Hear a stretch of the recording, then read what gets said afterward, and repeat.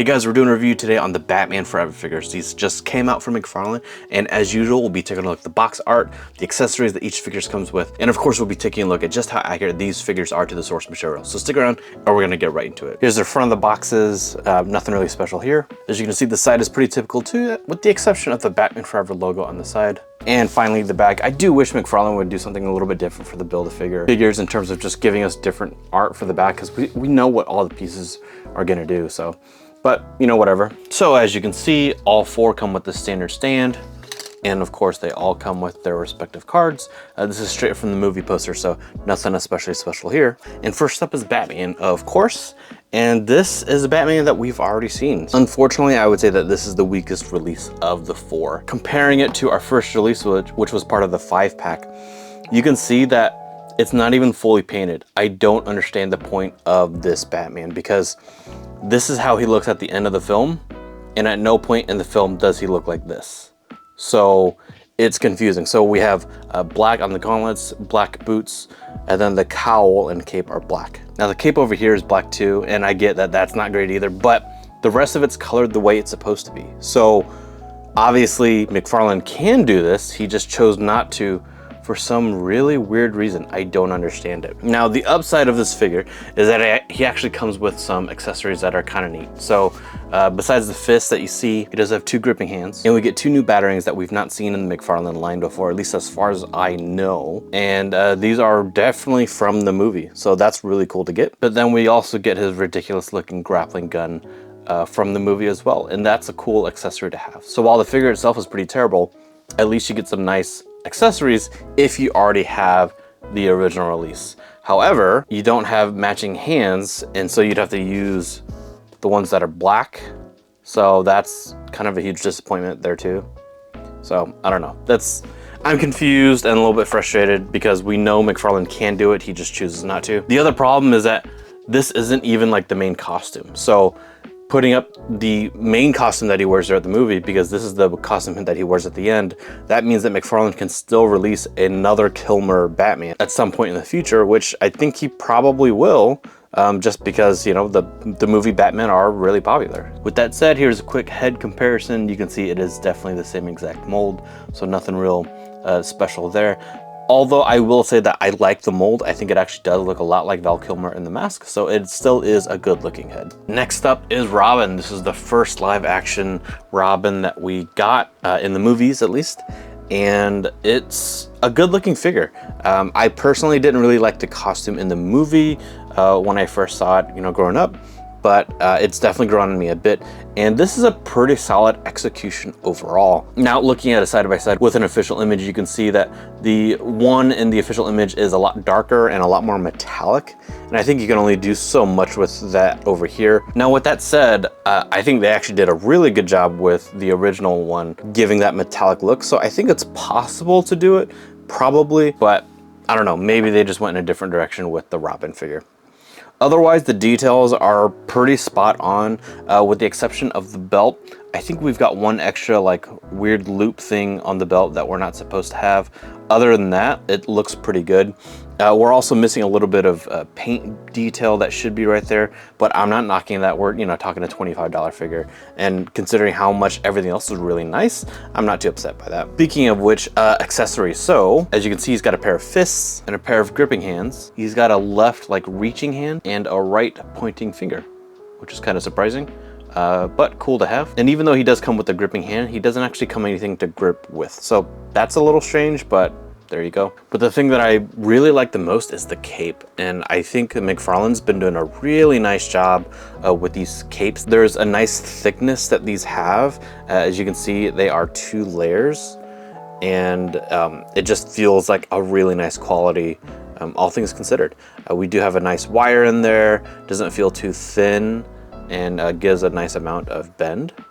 So I like that, especially when you compare it to the regular capes. And that's the other frustrating thing, is like McFarlane could have at least given us a wired cape on this one, but he still didn't even give that to us. Like, why not? Like, what's the point? So like, You should not get this figure unless you're trying to build the giant bat, which we'll get to in a second too. But really, this is just not a great release. I do hope that we'll get more of these capes in the future, but I would say this is a definite grab if you're a fan of the character or the costume. Now, what I really want to take a look at is the head and compare it to the original.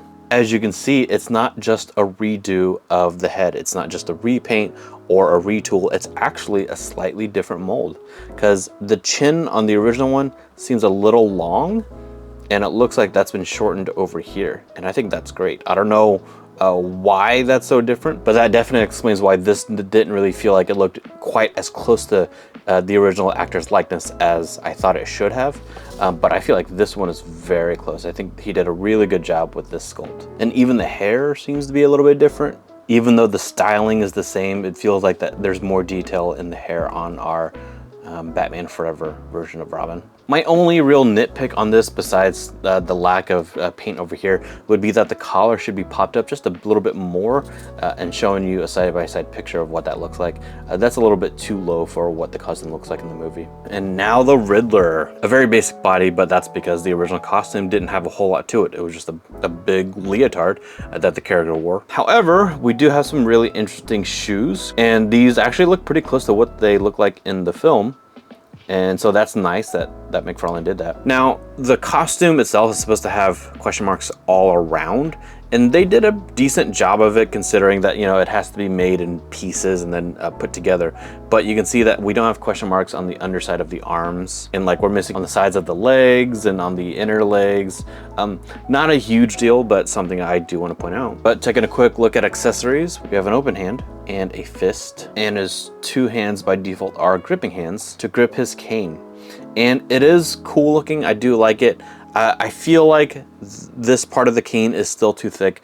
McFarlane in the past has made a bow staff where like it was just way too thick for it to make sense. It was like a pipe rather than like a bow staff. And that's kind of similar here.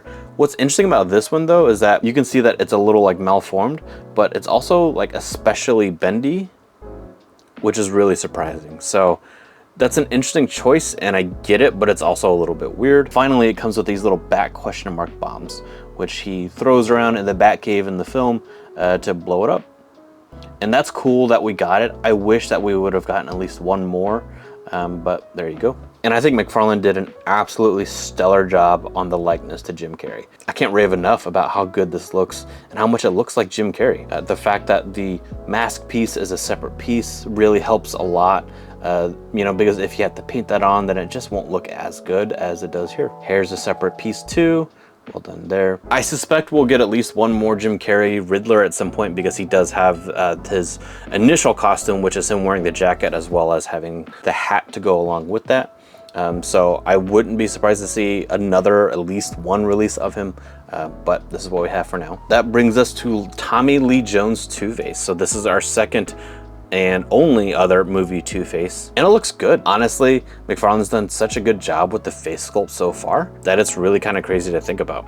Because, you know, looking back on the original Henry Cavill Superman, that one is really terrible in comparison to what these guys look like now. The costume looks really well done. It's a straightforward suit and mold, but the costume looks good. The paint apps look really good on that. I really like the hand with the coin toss. That's a great accessory to have. I like that a lot. And as far as accessories go, he comes with a gloved left fist to go with his left side of the body. And then he comes with a right trigger finger to go with the right side of his body. Now, unfortunately, he doesn't come with any guns, which is a huge bummer because he does carry a couple of guns throughout the movie. I know that people say that McFarlane can't include guns for some reason, but still, I think it would have been nice had we gotten a couple of guns for Two-Face. And I think that was the same problem with the Dark Knight Two-Face as well, is that he also didn't come with a gun. But I did want to do a close-up of the face because like it just looks incredibly good. You can see all the lines in the face, which matches Tommy Lee Jones during this time perfectly, and it looks great. Moving over to the left side of Two-Face, and it's just really well replicated. I think they did a good job. Seems like they had some kind of face scanning tech or something, because I have a hard time believing somebody just sculpted this by hand. it's a really good job. And finally, we have the Build-A-Figure figure in here, and it's the giant bat from like Batman's weird nightmare that he has in the movie. And it's interesting, but it's also kind of weird because like you can't really do a whole lot with it. I mean, you put it on the stand, but that's about it. Like the feet don't articulate at all, so you couldn't get it to stand if you really wanted to for some reason. The head articulates like that, and you get mouth articulation, but you can't get it to point like that way if you wanted to.